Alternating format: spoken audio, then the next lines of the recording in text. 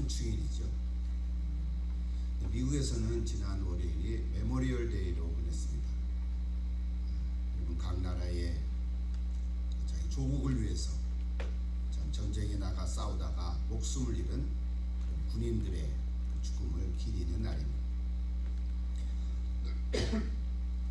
한국 전쟁에서 또 2번에 걸친 세계 대전을 통해서 또 베트남 전쟁에서 그 외 여러 전쟁에서 목숨을 잃은 그 젊은이들, 그 숭고한 삶을 살다가 죽은 자들의 모습들입니다.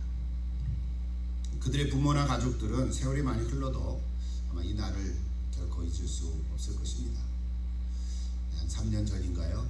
야외를 우리 올림피아 청사 옆에 한국 전 기념관에서 드렸던 기억이 있습니다. 기억이 나십니까? 더 이상 전쟁에서 목숨을 잃는 일이 없기를 바라는 마음이 있습니다. 성경에서는 사무엘상 17장 47절에 보면 다윗의 얘기인데, 전쟁은 여호와께 속해 있다 이렇게 말씀하고 있습니다.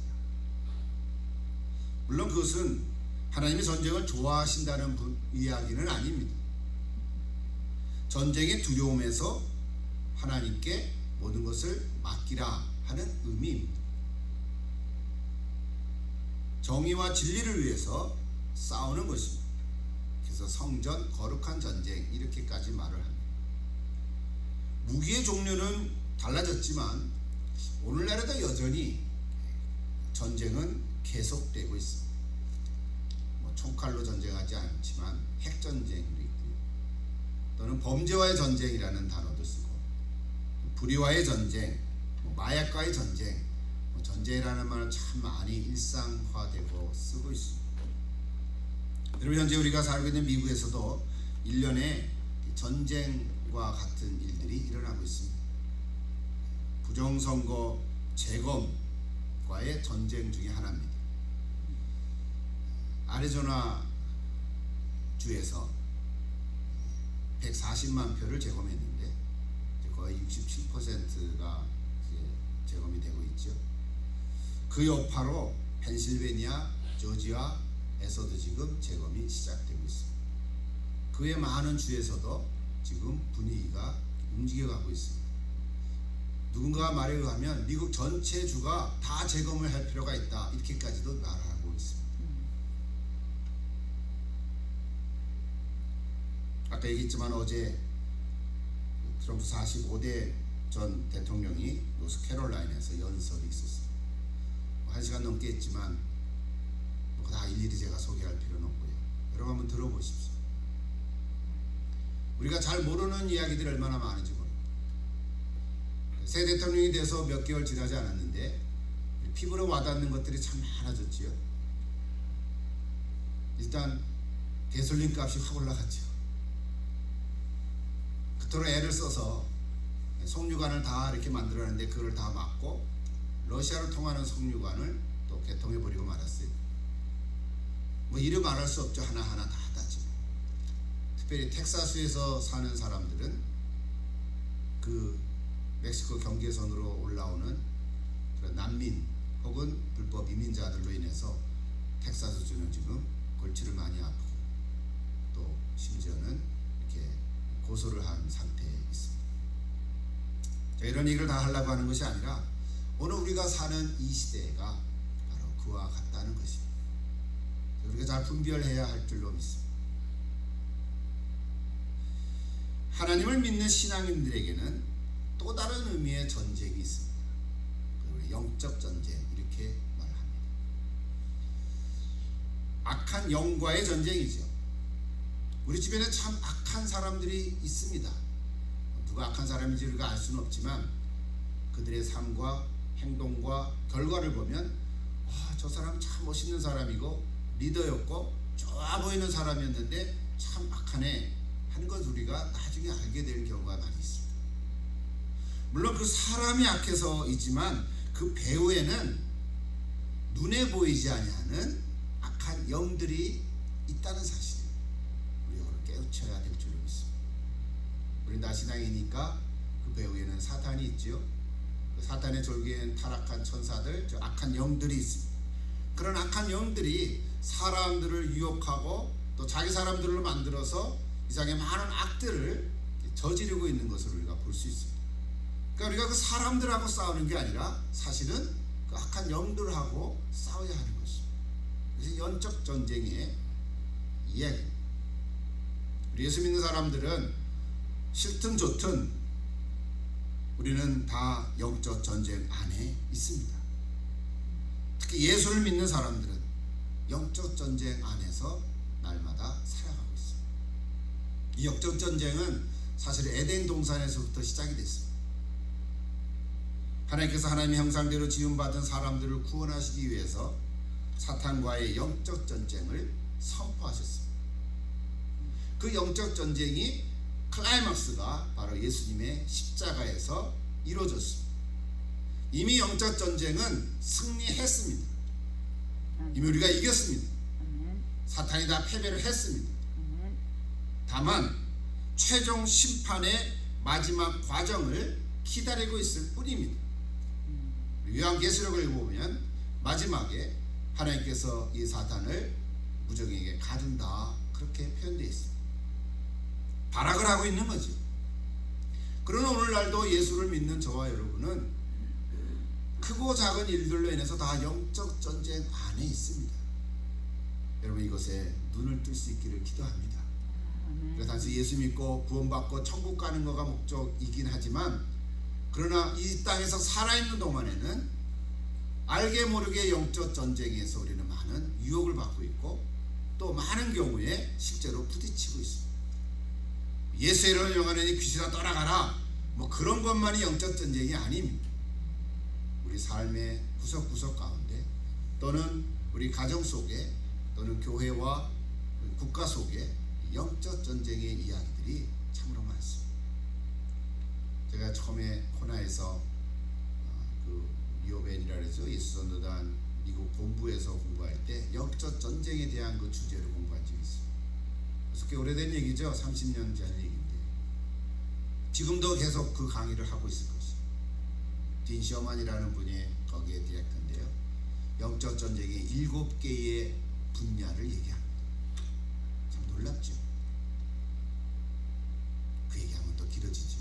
그러니까 우리가 사는 삶의 모든 그 분야마다 다 악한 영들이 구석구석에서 하나님의 나라를 파괴하기 위해서, 특별히 저는 가정에 관심이 있어서 가정사역을 공부하고 상담을 공부했지만, 가정을 무너뜨리기 위해서 집요하게 악한 영들은, 사탄은 우리 크리스찬 가정뿐만 아니라 일반 가정도 다 무너뜨리기 위해서 지금 얼마나 발악을 하고 있는지 모릅니다.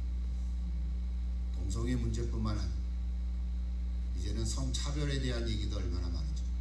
어린 아이들부터 그 교육을 시킨다 그러지 않습니까? 이제는 그것이 분별력을 흐리게 하는 이 악한 영들의 모습을 우리는 봐야 하는 것입니다. 이게 그냥 교육이 아닌 것입니다. 이게 남녀 차별의 얘기가 아닌 것입니다. 이것은 인종차별의 얘기가 아닌 것입니다. 이거는 악한 영과의 전쟁인 것입니다. 그것을 우리가 분별해야 해결을 할 수 있는 방안이 생길 줄로 믿습니다. 그러므로 누구든지 우리 예수 그리스도를 믿는 구원받은 사람들은 영적 전쟁에 깨어 있어야 될 줄로 믿습니다. 사도 바울은 에베소서 6장에서 너희가 하나님의 전신갑주를 취하라, 그런 말씀 기억하시죠? 오늘 저와 여러분이 다 이 영적 전쟁에서 승리할 수 있기를 기도합니다. 그래서 앞으로 어떻게 하면 이 영적 전쟁에서 승리할 수 있을까? 우리 사도행전을 통해서, 물론 우리 올해 처음에 복음서에 나타난 베드로의 신앙 여정에 대해서 지난 한 4개월 동안 말씀을 나눴는데, 이제 한 3개월 동안 사도행전에 나타난 베드로의 그 발자취는 어떤 모습이 있을까 우리 같이 찾아보면서 은혜가 될 수 있기를 기도합니다. 죽음에서 부활하신 예수님은 제자를 남겨놓고 승천하셨습니다. 보혜사 성령을 기다리며 기도하라고 말씀하셨습니다. 승천하신 예수님을 마지막으로 지켜본 제자들은 이전처럼 흩어지지 않고 한 곳에, 즉 다락방에 모였습니다. 그들은 예수님과 지난 3년의 지난 날들을 돌이켜 보았을 것입니다. 옛날에 예수님이 이런 말씀 주셨는데 예수님이 나를 이렇게 말씀해 주셨는데, 나를 사랑해 주셨는데, 이런 기적을 일으켰었는데, 아마 그 3년 동안에 그 이야기들이 얼마나 많이 서로 나눴겠습니까? 물론 평소에도 나눴겠지만 예수님 승천하시고 없는 그 자리에 참 뭔가 허전한 그 제자들이 흩어지지 않고 한 곳에 모여서 기도하기 시작했어요. 중요한 것은 그들은 더 이상 실망하거나 낙심하지 않았습니다. 베드로처럼 나 이제 고기나 잡으러 가겠다, 이제 그렇게 말하지 않았습니다. 후회하지도 않았습니다. 실패하고 넘어지는 일들이 얼마나 많았겠습니까? 그러나 그것 때문에 후회하지는 않았습니다. 물론 돌이켜봐야 되겠지만, 그래서 오늘 설교 제목을요, 이것저것 생각하다가 회고는 하되, 회고 돌이켜는 보되 후회는 하지 말자, 이렇게 정했어요. 여러분 따라 해보세요. 회고는 하되 후회는 하지 말자. 이게 뭐 베드로 제자들의 얘기만이 아니라 오늘 저와 여러분 자신의 얘기가 되면 좋겠습니다. 우리 참 많은 세월을 살아왔는데요, 여러분 인생도 돌이켜볼 수 있지요. 개인의 삶을 돌이켜보면서 후회될 만한 일이 참 많이 있겠죠, 그죠? 그때 이렇게 했으면 참 좋았을 텐데, 그때 이렇게 했으면 어떻게 됐을까? 저도 그런 얘기들을 많이 해요. 물론 제 아내나 하지만, 그때 이렇게 했으면 인생이 달라졌을지도 몰라. 그러나 절대로 그거는 도움이 되는 말들이 아닌 거죠. 왜? 돌이킬 수가 없으니까. 다시 살 수가 없잖아요. 돌아가서 다시 시작할 수가 없잖아요. 인생은 한 번밖에 살 수가 없으니까. 그러니까 돌이켜는 보되 회고는 할 망정. 그래서 그 회고를 통해서 우리가 오히려 교훈을 받고 하나님의 은혜를 깨닫고, 그때도 하나님 나와 함께 하신 거예요. 내가 실수하고 넘어져도 실패를 했어도 그때도 하나님 나를 사랑해 주신 거예요. 이렇게 우리가 교훈을 얻고 다시 새로워질 수 있기를 기도합니다. 여러분, 회고는 하되 후회하지 말기를 기도합니다. 이건 개인의 삶도 있고, 가정 안에서도 있고, 우리 교회 안에서도 있을 수 있습니다. 나라에도 있을 수 있습니다. 하나님께서 함께 하시고 붙들어 주심을 믿고 계속 전진하시기를 기도합니다. 오늘 사도행전에 나타난 베드로의 모습은 복음서에 나타난 베드로의 모습과는 참 많이 다릅니다. 변화된 모습을 우리는 발견할 수 있어요. 요즘 신학적인 용어로 얘기하면 선교적 삶, 이렇게 말합니다. 선교적 삶, 미셔널 라이프. 사실은 미셔널 처치라고 하는 단어에서부터 시작이 됐어요. 한 30년 전부터 미셔널 처치, 이런 단어가 막 얘기하기 시작했어요. 선교적 교회. 교회가 뭔가? 교회는 그냥 선교하는 교회가 아니다. 어떤 선교 헌금을 선교사에게 보내는 것으로 만족하는 것이 아니다. 핵심은 교회 자체가 선교이다. 이런 이야기들을 많이 해왔습니다. 그래서 거기서부터 선교적 교회, 미셔널 처치, 또 선교적 삶, 우리 예수 믿는 한 사람 한 사람의 삶 자체가 선교적 삶이 되어야 된다. 이런 이야기들을 많이 하게 됐습니다. 여러분의 삶이 이제 선교적 삶이 될 수 있기를 정말 간절히 기도하고 축복합니다. 우리가 다 선교사가 되는 것은 아닐지 몰라도 내 삶의 현장에서 선교적 삶으로 살아가야 하는 것이, 여기에 여러분 꼭 은혜가 될 수 있기를 기도합니다. 성령님께서 말씀을 주시고 또 은혜가 있기를 기도합니다. 오늘은 첫 번째인데요, 사도행전 1장의 얘기입니다. 우리 아까 본문을 다 읽었는데요, 1절부터 11절까지가 사도행전 전체의 서론이라고 얘기하면 이제 12절의 첫 이야기가 나오죠.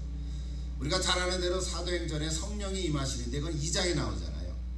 근데 성령이 임하기 이전의 1장에서 베드로가 어떤 일을 했을까? 이것이 오늘 첫 번째 이야기인데요. 자, 우리 첫 번째로 다락방에 온 제자들은 거기에 있던 사람들과 함께 기도했다 그랬어요. 함께 기도했습니다. 전혀 기도했다, 오로지 기도에 힘썼다 그랬어요. 그래 한 열흘 동안이지만 기도했어요. 오늘 성경에 보면 여인들도 있었고요, 예수님을 따라다니는 여인들이 많았어요. 아마 귀신을 쫓아냈던 막달라 마리아도 있었을 거예요. 뭐 야고보의 어머니들도 있었을 거예요. 살로메도 있었을 거예요. 그 외에 예수님을 믿고 병에서 고침을 받은 이름 없는 여인들도 많이 있었을 거라고 봐요. 예수의 어머니 마리아도 있었고요. 거기에 예수님의 아우들도 있었다 그랬어요. 그럼 예수님의 형제들은 예수님이 살아계실 때는 예수님을 믿지 않았어요. 요한복음 7장 3절에서 5절에 보면, 또 마가복음 3장 21절은 미쳤다라고 하면서 오히려 붙잡으려고까지 했어요. 그런데 그 예수의 동생들은 지금 이 자리에 함께했어요. 놀랍죠? 마태복음 12장, 마가복음 3장, 누가복음 8장에 그 예수님의 아우들의 얘기가 다 나와요. 구체적인 이름까지 나오는데요. 참고로 이런 기억, 마태복음 13장 55절에서 56절에 예수님의 동생 이름들이 나옵니다. 야고보라는 이름이 참 많죠. 예수님의 12 제자 가운데도 야고보라는 이름이 둘이나 나오는데, 예수님의 동생 야고보, 이 야고보가 우리가 아는 야고보서를 쓴 야고보 장로가 된 사람입니다. 우리가 아는 야고보서는 예수님의 제자 사도 중에 야고보가 쓴 게 아니고 이 예수님의 동생이 야고보 장로가 썼다고 돼 있어요. 또 요셉도 예수의 아버지 이름도 요셉이고, 그렇죠? 구약의 야곱의 아들도 요셉인데 예수님의 동생도 요셉이, 이름이 요셉이 있어요. 또 시몬, 그리고 유다, 가룟 유다가 아니고 다데오도 아니고 유다도 또 있어요. 그래서 아들만 넷이 있고요, 남동생이 넷이고 여동생도 적어도 2명이 있어요. 여자 들, 여동생 들 그랬으니까 적어도 2 이상. 이 로만 캐톨릭은 이 성경을 부정하지요. 왜 그럴까요? 예수의 어머니 마리아가 성모 마리아가 되어야 되기 때문에 예수님을 낳고 아이를 낳지 않았다라고 만들어버린 거거든요. 그래서 사촌이라고 변명 아닌 변명을 합니다. 성경 그대로 읽으면 되지. 예수님의 형제들 또 거기 모였어요. 오늘 성경 보니까 다 모이니까 120명 정도 됐다 그랬어요. 제가 이 말씀을 다시 묵상하면서, 그 120명 명단에는 누가 있었을까? 그 리스트를 쭉 써놨으면 참 좋았겠다. 구약의 역대 상하처럼 말이죠. 그 구약의 족보들 쭉 쓴 것처럼 120명은 이러이러한 사람들이었다라고 썼으면 참 좋았을 텐데 몰라요. 몇 명밖에. 야곱의 운물가에서 만난 여인도 있었을 거 아닐까요? 그렇죠. 있었다고 봐요. 난쟁이 삭개어도 있었을 것 같고,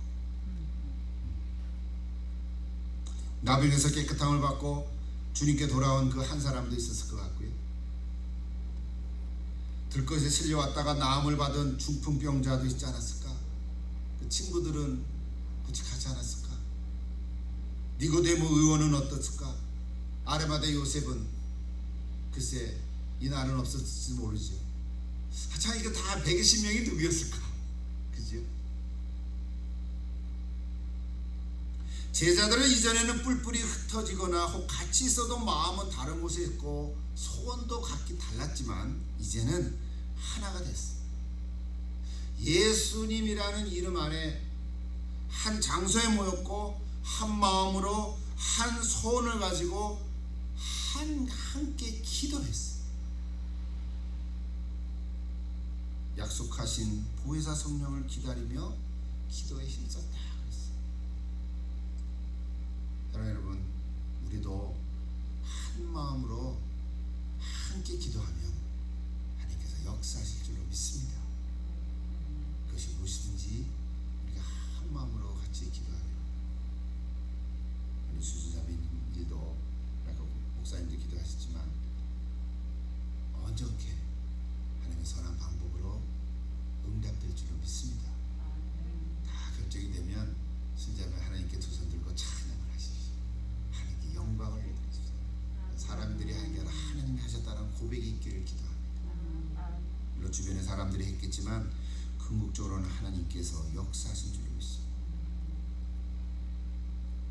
우리 교회를 위해서 우리가 한번 합심해서 기도할 수 있기를 바랍니다. 우리 주보에 실린 기도 제목들을 가지고 그럼 다시 한번 힘쓰기를 기도합니다. 주보에 그냥 기록만 해놨는데 153 기도하자고, 하루에 5분씩 3번 기도하자고, 밥 먹을 때 잠깐 기도하자고. 뭐 밥 먹기 전에 5분씩 기도하면 안 되겠죠. 그러나 밥 먹으면서 기도하는, 또 주보에 실린 기도도 하고, 또 1월 초에 여러분 각 가정을 위한 기도 제목을 같이 다 나눠드렸는데 저 뒤에도 아직 있어요. 뭐 한 4개, 5개 제목씩. 그것뿐이겠습니까마는 여러분 날마다 우리 성도를 위해서 기도하는 여러분 다 될 수 있기를 소원합니다. 함께 기도하면 하나님께서 역사해 주실 것입니다. 이렇게 기도한 후에 베드로가 입을 열었습니다. 뭔가 부족한 점을 발견한 것 같습니다. 가룟 유다의 자리가 눈에 들어왔을 것 같아요.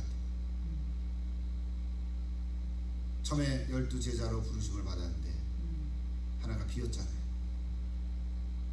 예수님께서 이 땅에 계실 때 마태복음 19장 28절에 이런 기록이 있어요. 아마 베드로가 이 말씀이 생각나지 않았을까 추측이죠.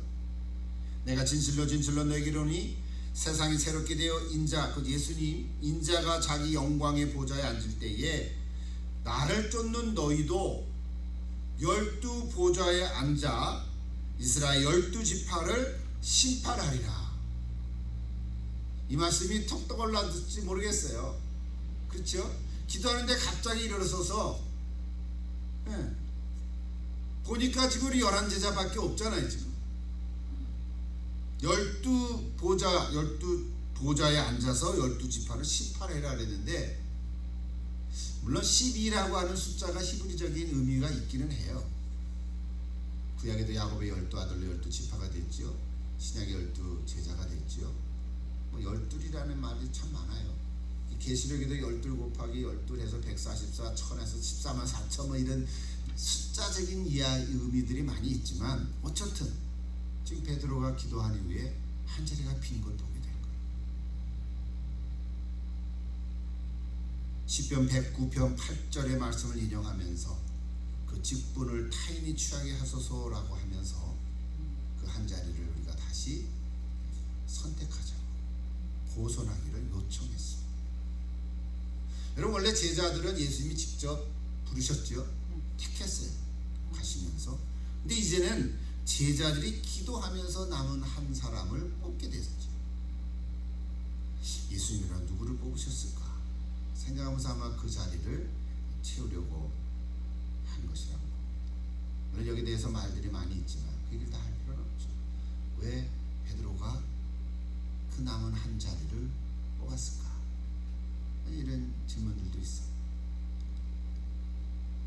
오늘은 이 베드로의 말씀을 통해서 사도에 뽑힐 새 일꾼의 자격이 무엇인지, 특별히 22절에서 24절에 나오는 한 짧은 몇 절인데요, 그걸 통해서 우리가 은혜가 되려고 합니다.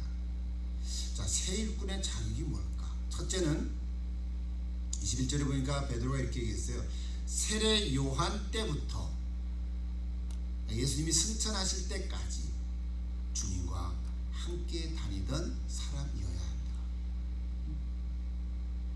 우리는 그동안 복음서를 보면서 12제자의 얘기들을 더 많이 알게 됐는데, 오늘 여기 마지막 11사도의 한 자리를 뽑는 자격에서 세례 요한 때부터, 그러니까 그 예수님 오시기 전부터잖아요. 6개월 전부터, 세례 요한 때부터, 예수님 공생이 시작하실 때부터, 그러니까 예수님 공생의 3년 동안을 계속 항상 함께 하셨던 사람 중에 뽑아야 된다, 그 얘기를 하는 거예요.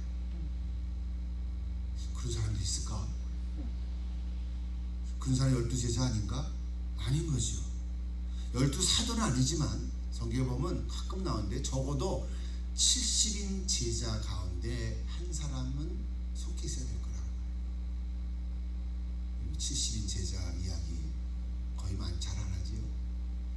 예수님께서는 70인에게 전도의 사명을 주시고 70인을 따로 훈련한 적들이 있었어요. 근데 그게 많이 기록은 돼 있잖아요. 근데 오늘 여기를 보면 세례 요한 때부터 승천하실 때까지 함께 했던 사람들 누구였겠어요? 예수님 따라다니는 제자들 아니었겠어요? 그 중에 한 사람이 뽑혀야 된다. 다시 말하면 예수님에 대해서 간접적으로 듣고 그런데 라는 거가 아니라 직접 보고 체험하고 주님과 교제를 나누고 주님과 대화도 하고 그런 사람이어야 한다. 여러분, 신앙의 체험은 참 중요합니다. 한두 번의 신앙의 체험은 참 소중하지만 그 신앙의 체험을 계속해서 성장시키기 위해서는 유지해야 돼요. 여러분, 딱 한 번 신앙 체험하고 나서 계속 성경도 읽지 않고 예배도 드리지 않고 기도도 하지 않은 사람은 그 옛날 체험한 거 하나 가지고 계속해서 붙들려니까 신앙에 성장할 수가 없어요. 그죠? 네, 그럴 수 있어요. 이전에 내가 어떤 병이 걸렸는데 기도했더니 나았어. 기도받았더니 나았어. 그것만 갖고 어떻게 신앙생활 하겠어요? 날마다 말씀 읽고 기도하고 예배 드리고 찬양하고 날마다 밥 먹는 것처럼 이 날마다 지속적인 신앙의 성장이 있어야 된다. 여러분, 어느 날 갑자기 밖에 나가서 맛있는 음식을 한번 먹었다 해서 그거 갖고 일주일을 살 수 있겠습니까? 그렇죠? 하루 지나면 또 배고픈데 또 먹어야지. 맨날 그런 반찬 먹을 수는 없죠. 그냥 김치 넣고 먹어도 되지. 마찬가지. 영적인 성장은 지속돼야 돼요. 또 두 번째 보니까 부활하신 예수님을 증언할 사람이 되어야 했다 그랬어요. 부활하신 예수님을 증언하기 위해서는 예수님의 부활을 확실히 믿어야 되죠. 그리고 예수님의 부활을 체험해야 해요. 고린도전서 15장에 보면 5절 6절에 보면 사도 바울이 부활하신 예수님이 나타나셨던 그 경우들을 쭉 나열하는 가운데 500여 형제에게 일시에 보이셨다, 그런 구절이 있어요. 읽어보셨어요? 예. 12제자에게 보이고 베드로에게, 게바에게 보이고 엠마오로 가는 제자들에게도 보이고 500여 형제에게 보이고 그 다음에 나 같은 자에게도 보이고 이렇게 하면서 바울이 썼잖아요. 그러니까 500여 형제에게 일시에 예수님이 부활하시는 모습을 보이셨어요. 그 중에 70인 제자도 있었고 그 중에 많은 사람도 있었어요. 부활 사건은 참 제자가 되게 하는 아주 중요한 체험 중에 하나. 부활의 체험이 없는 사람은 새 일꾼의 자격으로는 적합하지 않다는 거죠. 여러분, 증인이란 직접 체험한 것을 이야기하는 사람 아니겠습니까? 예수님의 부활을 믿고 직접 경험해야 생명 걸고 부활 복음을 전할 수가 있을 줄 믿습니다. 오늘 저 여러분도 다 예수님의 부활함을 믿으시죠? 우리는 뭐까지 믿어요? 나중에 나도 부활할 거를 믿지요? 예, 여러분 확실하십니까? 그렇다면 여러분 부활을 전해야 될 사명이 있는 거죠. 전할 수가 있는 거죠. 말하지 않을 수가 없는 거죠. 그래서 자신을 여기에 헌신할 수가 있다. 우리는 다 부활신앙을 가진 사람입니다. 우리가 전할 메시지는 예수님의 부활하심, 예수님께서 죄를 짊어지시고 죽으셨다가 다시 살아나셨다는 이 놀라운 소식을 우리는 전해야 하는 거예요. 어떻다가는 길 가면서도 전할 수 있겠지만 요즘은 그러면 미쳤다 그러겠죠. 그래도 전할 수 있으면 전하는 거죠. 그러나 내가 아는 사람에게 기회가 되면 예수님 부활하셨다는 얘기를 우리는 전해야 돼요. 참 여러분, 한 영혼을 그리스도께 인도한다는 말은요, 그냥 교회 가자 이 정도 갖고는 안 돼요. 교회 가자. 교회 안에도 예수 안 믿는 사람이 있을 수 있죠. 그렇죠? 교회는 다른데 예수는 안 믿는 거예요. 예수는 믿는다고 말은 하지만 예수님의 부활하심에 대해서 확실히 없는 거예요. 확신이 없는 거예요. 정말 그랬을까? 그건 아직 아닌 거지. 예수님의 좋은 말씀을 전하는 건 아니에요. 예수 이런 말씀 하셨어. 이 세상에 좋은 말씀 얼마나 많아요. 궁극적으로는 죽음을 이기시고 부활하신 예수님을 전하는 것입니다. 그냥 예수 믿어야 돼. 교회 가자. 너무 약해요. 여러분, 좀 뜬금없는 소리인지 모르지만 여러분, 전도할 때 저는 지금 목사님 한번 설교할 때 한국에서 그런 전도했다는 얘기 제가 기억이 나요. 죽음의 문제를 한번 건드려줘야 돼요. 죽음의 문제를 해결하셨나요? 이런 거 한번 물어봐야 돼요. 오늘 만약에 세상을 떠나시면 어떻게 될 것 같아요? 무슨 뭐 그런 재수없는 소리를 합니까? 지금 하기도 바쁜데 그때 그런 거 기억났죠, 그죠? 운동하러 갔는데 어떻게 지금 문제 해결하셨어요? 그랬더니 재수없게 그렇게 하고 떠났다고 그랬는데 참 그 사람 아쉬워, 그죠? 쫓아가서 또 물어봤어야 되는데 오늘 죽으면 어떻게 될 건데요? 어디 갈 것 같아요? 생각해 보셨어요? 막 그렇게 어떨 때는 혀를 쿡쿡 찔러줘야 돼, 사실은. 그래야 도전이 될 거 아니겠어요? 물론 처음 보는 사람 지나가다가 그렇게 하면 진짜 정신 나갔다고 그런 땀 맞은 소리를 들을지도 모르지만, 그러나 처음 만나고 더 이상 못 만나가니까 그런 소리를 해야 된다고요. 그렇죠? 여러분도 한번 해보세요. 어떤 반응이 나올까? 제 뺨을 맞을지 욕을 들어먹을지 한번 해보시면 안 될까요? 여러분 가까운 사람에게 한번 해보세요. 혹시 가족 중에 하면은 더 큰일 날까? 야, 아무개야, 너 오늘 죽으면 어떻게 될 것 같으니? 뭔 소리예요? 어머니가 먼저 들어가실 거예요. 나는 오늘 죽으면 나는 날아갈 확신이 있어. 근데 넌 어떻게 될 것 같아? 모르죠. 가봐야 알죠. 그럼 아직 아는 거야. 그렇잖아요. 가봐야 안다니. 성경 그렇게 얘기하는 거죠. 우리 공자 믿는 사람들은 아닙니다. 여러분, 이게 좀 뜬금없는 얘기지만 가끔은, 아니 가끔이 아니지, 확실하게 예수의 부활의 메시지를 전하려면 죽음의 문제를 건드려야 된다니까요. 여러분 어떻습니까? 여러분 오늘 죽어도 하나님 앞에 갈 확신이 있으십니까? 아멘? 아멘. 아멘이라니까 아멘인 거예요? 아니, 제 얘기 듣지 말고 여러분 스스로, 그렇죠? 여러분 스스로, 내가 만약에 오늘 죽어도, 근데 오늘은 안 죽을 것 같아. 오늘 또 죽으면 안 되지. 아직 할 일도 많고 정리할 거 많은데 오늘은 안 죽을 것 같아. 하나님, 오늘은 말고요. 뭐 이런 거는 얘기할 수 있겠지만, 내가 죽음의 문제를 해결해. 죽는 것 자체는 참 두려움이 있지만, 그러나 죽음의 문제를 해결해야 예수의 부활하심을 담대하게 전할 수 있을 줄 믿습니다. 여러분 한번 해보세요. 한번 축 찔러 보십시오. 쿡 찔러 보십시오.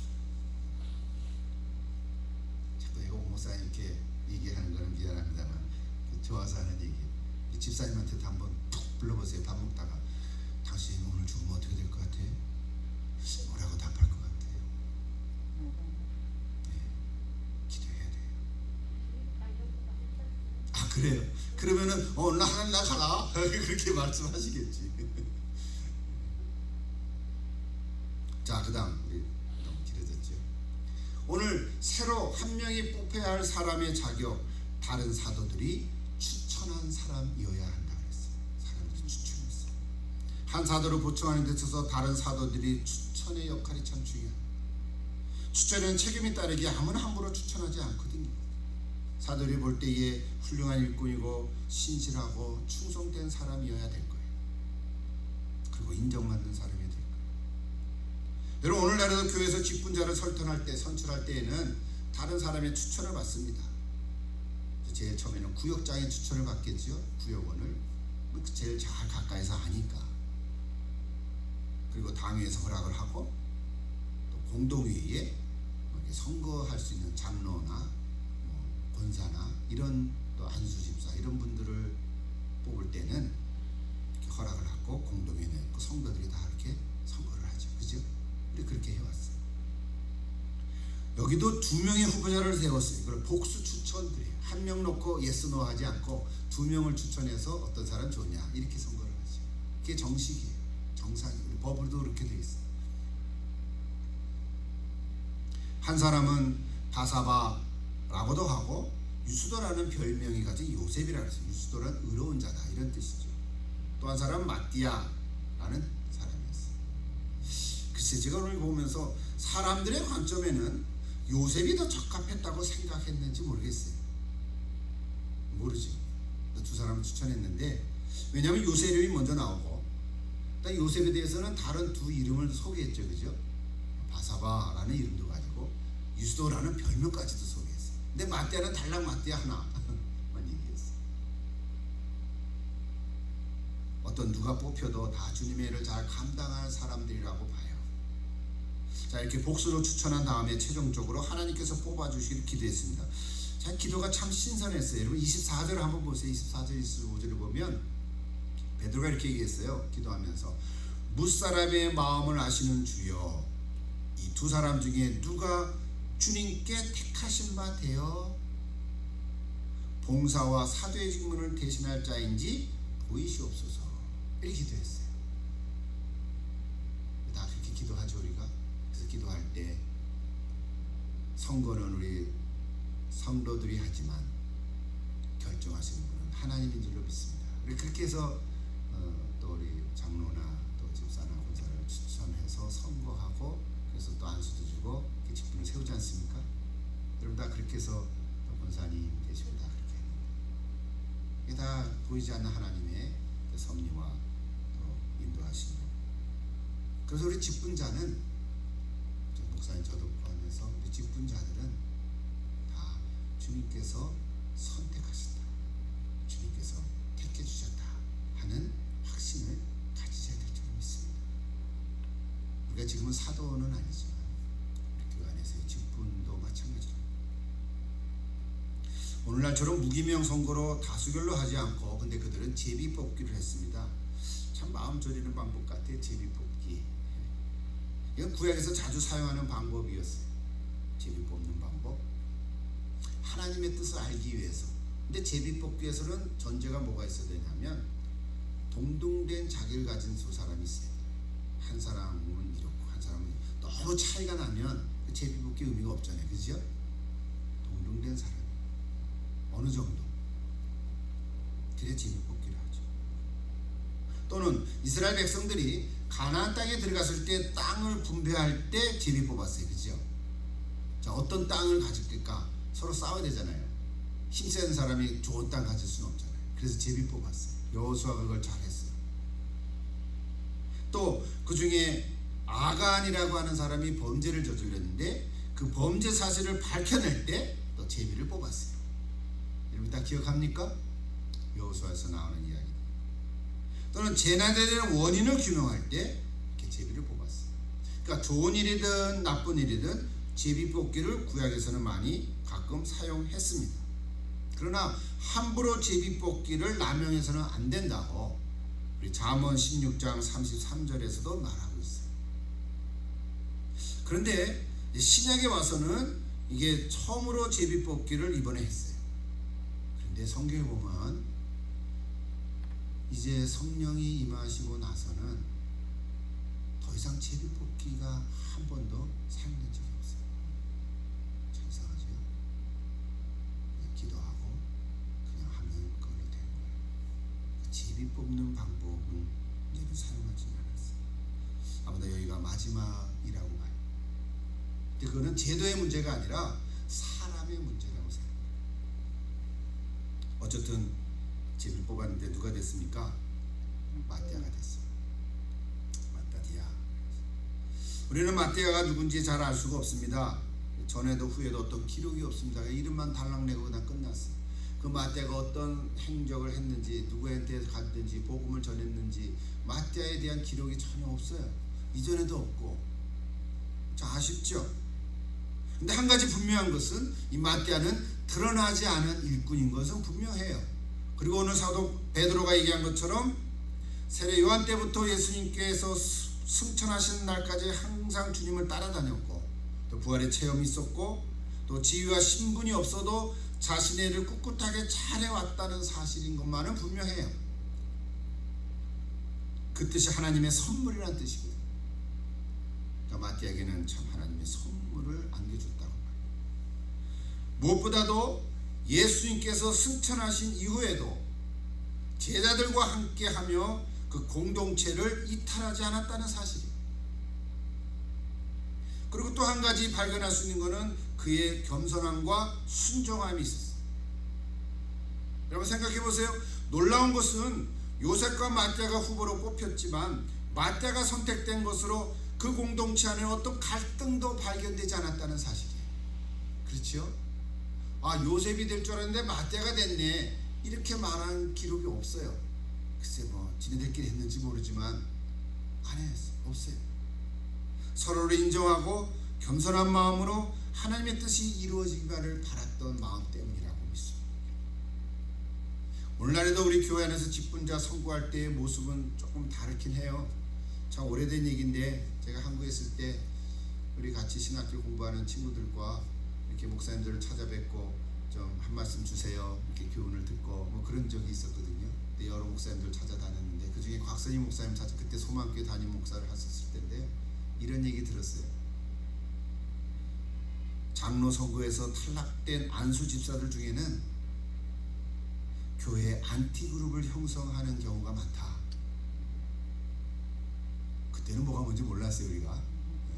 신학교 이제 전도사 시절 때였어요. 안수 집사를 뽑았는데 안수 집사가 한 100명 됐어요, 그때 소망교회. 근데 그 중에 장로 되는 경우는 한 30명밖에 안 된단 말이에요. 그러니까 나머지 70명은 아직 장로가 안 됐잖아요, 그죠? 근데 1년 후에 또 장로 선거하는데 그 중에서 또 한 10명 되고, 또 2년 후에 되면 또 한 10명 되고, 그러면 안수 집사가 많아졌는데 그 중에 장로가 다 되면 괜찮은데 안 되는 사람들이 생기기 시작하는 게, 그죠? 당연한 거 아니겠어요? 근데 문제는 어디 있냐면, 나보다 늦게 된 안수 집사가 먼저 장로 된 경우가 생기기 시작하는 거야. 그러니까 먼저 된 안수 집사들의 마음이 이제 불편한 거예요. 자존심이 상하는. 그래서 뭔가가 교회에서 하는 일들에 대해서 반대하는 그룹이 형성되기 시작했다. 그래서 그때부터는 안수 집사를 안 뽑았대. 직접 그냥 성도들 가운데 꼭 안수 집사 된 사람이 장로 되는 그런 법이, 사실은 법에는 그런 게 없기는 해요. 그래도 보통 안수 집사 된 다음에 장로 되잖아요. 근데 그런 거 아예 없었다. 그래서 직접 장로를 뽑았다. 플러에서 추천돼서, 그러니까 이 사람도 되고 저 사람도 되고, 그래서 장로가 많아졌대요. 그게 좋다는 거예요. 진짜 그런 얘기를 들은 적이 있어요. 지금 그게 다시 생각이 나요. 교회 공동체로 볼 때는 차라리 그런 안수 집사들은 장로 안 된 게 더 좋았을지도 몰라요, 그죠? 그런 마음을 가졌다면 그냥 평생 안수 집사로 섬기는 것도 좋은 거죠. 성경에 보면 집사와 장로 두 직분이지 집사가 장로 되고 그런 건 없었다는 얘기를 해요, 그렇죠? 집사는 집사로서 평생, 또 장로는 장로로서 평생 섬기는 거예요. 제 말씀 마치려고 합니다. 마띠아의 행적이 성경에 기록되지는 않지만 12사도 중에 한 사람으로서 자치조인이 돼서 사명을 잘 감당했다고 봅니다. 성경 기록은 없지만 전승에 의하면 그는 에티오피아까지 복음을 전하다가 돌에 맞아 순교했다고 전해집니다. 그의 어떤 그런 기록들이 있습니다. 여러분, 사도의 자리에 들어간다는 것은 사람으로부터 인정받고 그저 요즘 말로 감투 하나 쓰는 것이 아니라 죽음을 무릅쓰고 생명의 위협과 핍박까지도 각오하고 부활의 복음을 전하는 자예요. 누군가는 그래요. 어떤 학자는 그 자리에 사도 바울이 들어가야 되는데 베드로가 나서서 잘못해서 마띠아를 선출했다고 비판하는 걸 읽어본 적이 있어요. 그 성경은 아니지만 비판한 글이에요. 물론 바울은 이제는 사울로서 12사도와는 결을 좀 달리하는 거죠, 그죠? 예수님 생애 전체 3년 동안 함께 다녔던 바울은 아니었거든요. 그래서 바울은 뭐라냐면, 나는 스스로 직접 하나님으로부터 나는 사도 된 직분을 받았다라고 늘 고백하지요. 바울 서신에 보면 늘 그런 얘기 있어요. 나는 직접 예수 그리스도로부터 사도된 직분을 받았다라고 얘기를 하죠. 그러니까 바울과 실라, 디모데, 마가 이름들이 참 많은데 이 모든 사람들이 다 하나님의 일꾼들인 줄로 믿습니다. 이름이 없는 일꾼들이 얼마나 많았겠어요. 오늘 마띠아처럼 부르심을 받은 제자의 반열에 들어서는 사람들이 되기를 축복합니다. 여러분들의 이름은 있지만 우리가 알려져고 유명하고 많은 사람들이 칭송을 받는 사람이 아니는 줄은 몰라도, 업적을 남기지 못할지는 몰라도 예수 그리스도의 복음을 전하는 그런 마띠아와 같은 일꾼이 되기를 간절히 축복합니다. 마띠아, 그가 누구인지는 몰라도 괜찮아요. 주님을 위해서 무엇을 어떻게 헌신하는 사람인가가 참 중요합니다. 그는 무명의 제자였지만 하나님께서는 오늘도 우리 세대의 마띠아와 같은 사람을 찾으신다고 믿습니다. 그때 당시에는 엄중했고 삶과 죽음이 말 한마디로 좌우되는 그 시대에 예수가 그리스도를 믿고 주시다 라고 고백하고 부활을 담대하게 증언했다고 하는 것은 내 목숨을 내놓고 하는 일이었어요. 오늘 저 여러분도 목숨까지는 내놓는 그런 시대는 아니지만 그래도 아무리 평화 시대라 하더라도 내가 알고 있는, 내가 만난 사람에게 오늘 예수님의 부활의 소식을 전할 수 있기를 간절히 기도합니다. 여러분 마띠아가 되시기를 기도합니다. 오늘도 마띠아 같은 사람을 하나님 찾으시죠. 한번 훅 찔러보십시오.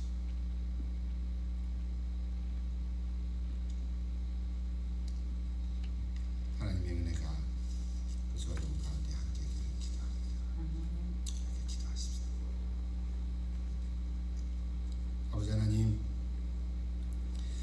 우리 사랑의 빛교에 속한 성도 한 사람 한 사람 지금까지 잘 인도하시고 붙들어 주셨는데 이제 오늘 마띠아와 같은 이름 없는 제자일지 모르지만 사도의 길로 들어섰던 것처럼 오늘 저와 여러분 다 부활의 복음을 전하는 자들이 되게 하여 주시옵소서. 지난 날들을 돌이켜보면 우리가 어떻게 살아왔는지 혹 낙심하고 후회할 일도 있겠지만 그렇지 하지 아니하고 이제 남은 미래의 삶을 주님께 헌신하는 저희들이 다 되게 하여 주시옵소서. 그래서 이제 우리가 서로 맞대가 되도록 서로를 위해서 함께 한 마음으로 기도하는 저희들 다 될 수 있기를 기도드립니다. 성령님께서 함께 하여 주옵소서. 예수님의 이름으로 기도드립니다. 아멘.